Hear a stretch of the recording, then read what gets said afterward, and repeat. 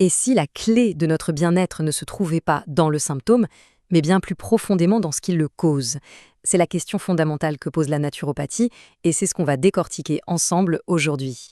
Cette question, elle nous amène vraiment au cœur du sujet. L'idée, ce n'est pas de s'attaquer aux symptômes en surface, non, c'est de s'intéresser au terrain de chaque personne. Un concept central qu'on va définir tout de suite.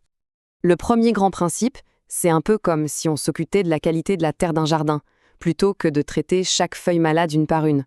On se concentre donc sur la constitution, la vitalité propre à chaque corps. C'est ça le fameux terrain. Ce terrain, c'est donc la véritable cible de la naturopathie. L'objectif, ce n'est pas du tout de masquer un problème, mais de rééquilibrer tout cet environnement interne dont les symptômes ne sont finalement que l'expression. Et pour agir sur ce terrain, il y a deux grandes voies. Imaginez une plante. Parfois, elle a juste besoin de plus de nutriments, de plus de soleil. Ça, c'est la revitalisation, on cherche à redonner de l'énergie. Et d'autres fois, il faut nettoyer sa terre, purifier son eau. Et ça, c'est la voie de la désintoxication, la détox, pour purifier l'organisme. Bon, alors, on a le terrain, on a les stratégies, mais concrètement, avec quels outils le praticien travaille-t-il pour cultiver tout ça? C'est ce qu'on appelle sa palette. Et attention, on ne parle pas d'un seul outil, non. Le praticien dispose de toute une palette, très complète, de 10 techniques naturelles. Et chacune, bien sûr, a son rôle à jouer. Et regardez comme cette palette est riche. On a d'abord 3 piliers fondamentaux. La nutrition, l'exercice physique et la gestion psychologique. Ensuite viennent des techniques qui utilisent les éléments naturels, l'hydrologie avec l'eau ou la phytologie avec les plantes. On a aussi des techniques manuelles et réflexes qui agissent directement sur le corps. Et enfin, les 3 dernières, le magnétisme, les techniques vibratoires et l'actinologie, sont des approches plus subtiles, disons, basées sur les énergies, les fréquences et l'utilisation de la lumière. 10 techniques, ça fait beaucoup, hein. Alors la question qui vient tout de suite à l'esprit, c'est comment le praticien choisit et combine ces outils? Est-ce qu'il y a une recette miracle, une formule magique qui marcherait à tous les coups? La réponse de la naturopathie est un grand non. L'efficacité ne vient absolument pas d'une combinaison toute faite. L'approche, ce n'est donc pas du tout du prêt-à-porter, où le même protocole s'appliquerait à tout le monde. C'est tout le contraire. Le praticien va piocher dans sa palette pour créer un plan unique, totalement synergique et personnalisé. C'est vraiment de la haute couture du bien-être. Et c'est là, en fait, que réside toute l'expertise.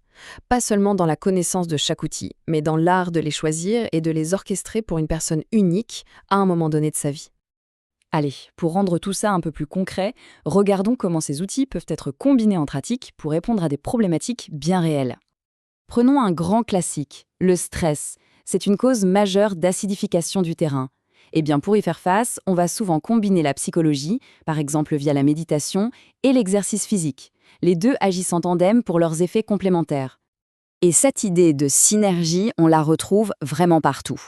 Par exemple, l'exercice physique et les massages manuels vont travailler main dans la main pour la circulation. Ou encore, une nutrition bien adaptée pourrait être soutenue par l'hydrologie ou l'actinologie, c'est-à-dire l'utilisation de la lumière. Chaque action vient en renforcer une autre. Ce qui est fascinant, c'est de voir la finesse de l'approche, même au sein d'une seule famille d'outils. Prenez les plantes, par exemple. La phytothéologie classique va utiliser leurs propriétés physiques, tangibles, mais les élixirs floraux, eux, sont vus comme une technique vibratoire qui agit sur un plan plus énergétique. Ce n'est pas du tout la même chose. Alors, au fond, quelle est la philosophie qui guide l'utilisation de tous ces outils? Quel est le principe directeur?